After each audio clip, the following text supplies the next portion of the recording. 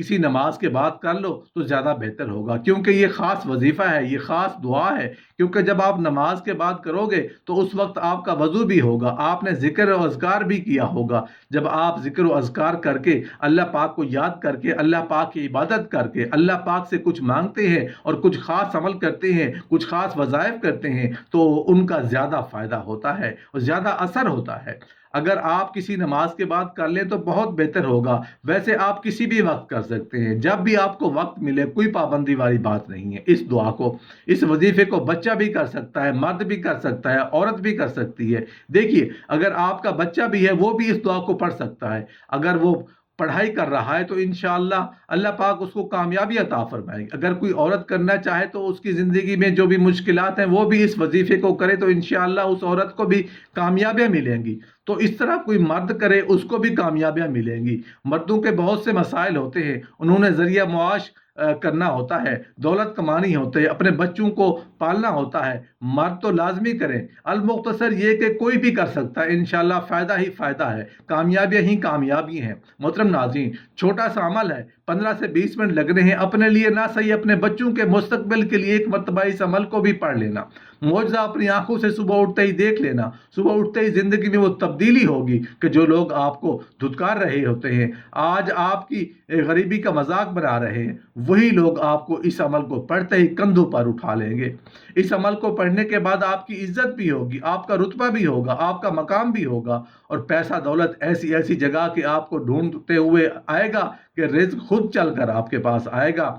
آج آپ لوگ پیسوں کے لیے، دولت کے لیے، جاب کی صورت میں، کاروبار کی صورت میں خود پیسوں کے لیے، رزق کے لیے نکلتے ہیں، گھر سے اس عمل کو پڑھتے ہی پیسہ خود آپ کو ڈھونڈتے ہوئے آئے گا۔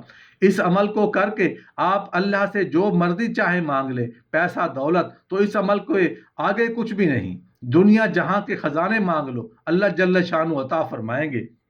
عشاء کی نماز کے بعد رات کے وقت کسی بھی پرسکون جگہ پر بیٹھ جائیں، آپ نے سب سے پہلے 3 مرتبہ درود پاک پڑھ کر وظیفے کا آغاز کرنا ہے۔ درود ابراہیمی پڑھیں تو زیادہ افضل ہے۔ عمل شروع کرنے سے پہلے فوری طور پر اعوذ باللہ من الشیطان الرجیم اور بسم اللہ الرحمن الرحیم پڑھ کر اس عمل کا آغاز کرنا ہے۔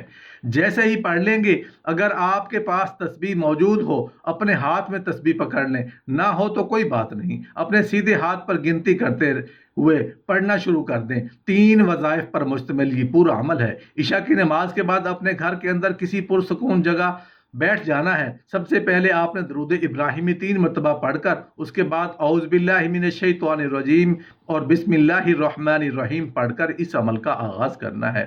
جب پڑھ لیں، فوری طور پر اسی عمل کے اندر آپ کو پہلا وظیفہ شامل کر دینا ہے، اور ایک چیز اپنے ذہن میں بٹھا لیجئے گا کہ پورا کا پورا عمل ایک ہی وقت میں ایک ہی جگہ پر بیٹھ کر کرنا ہے، چاہے بستر پر لیٹ کر پڑھیں، چاہے بیٹھ کر پڑھیں، جیسے پڑھیں ایک ہی وقت میں ایک ہی جگہ پر بیٹھ کر پڑھنا ہے۔ پہلے وظیفے کا طریقہ سمجھ لیں کہ کس طرح پڑھنا ہے۔ سب سے پہلے ایک بار پڑھیے گا اللہ الصمد، پھر دوسری بار اللہ الصمد، پھر تیسری بار اللہ الصمد۔ اس طرح آپ نے اس وظائف کو 11 مرتبہ پڑھنا ہے۔ جب 11 مرتبہ یہ وظیفہ آپ لوگ پڑھ لیں، یہ 10-15 منٹ کا عمل ہے، تو آپ کی زندگی میں قیامت تک کے لیے کافی ہے۔ ساری زندگی کسی کے آگے ہاتھ نہیں پھیلانا پڑے گا۔ آپ نے 11 مرتبہ اللہ الصمد پڑھنے کے بعد دوسرا وظیفہ یا ربنا 7 مرتبہ پڑھنا ہے۔ اس کے بعد سورہ اخلاص کو 100 مرتبہ پڑھنا ہے۔ سورہ اخلاص میں اللہ تعالیٰ کی وحدانیت بیان کی گئی ہے، اس میں اللہ کا تعارف ہے، اس سورت کی بہت سی فضیلتیں بیان کی گئی ہیں۔ قرآن پاک اور حدیث کا نچوڑ نکالا، پورے دین اسلام کا نچوڑ نکالا جائے تو میں کہتا ہوں کہ یہ سورت بچے کی، کیونکہ اس میں اللہ پاک کا تعارف ہے، اللہ پاک کی بڑائی ہے۔ بے شک اللہ تعالیٰ ہی جو سب کو نوازتا ہے اور سب کی مشکلات کو دور کرتے ہیں۔ اس وظیفے کے جو کمالات ہیں، اس سے آپ کے تمام بگڑے کام بن جائیں گے، آپ کی مشکلات دور ہو جائیں گی، آپ کی زندگی میں آسانیاں آ جائیں گی۔ سورہ اخلاص 100 مرتبہ پڑھنے کے بعد آپ نے اس دعا کو 3 مرتبہ پڑھنا ہے۔ سبحان اللہ والحمد للہ ولا الہ الا اللہ واللہ اکبر ولا حول ولا قوة الا باللہ العلی العظیم۔ یعنی تیسرے کلمے کی تسبیح کرنی ہے۔ اس کلمے کی بہت سی فضیلتیں ہیں، اور آخر میں پھر آپ نے 3 مرتبہ درود ابراہیمی پڑھنا ہے۔ انشاءاللہ اس دعا کی برکت سے انشاءاللہ آپ دیکھنا کہ کیسے آپ کی مشکلات حل ہوتی ہیں، ہر کام میں آپ کو کامیابی ملتی ہے۔ اس وظیفے کو کرنے کے بعد آپ نے اللہ جل شانہ سے اس وظیفے کی برکت سے آپ کی مشکلات جاتی رہیں گی۔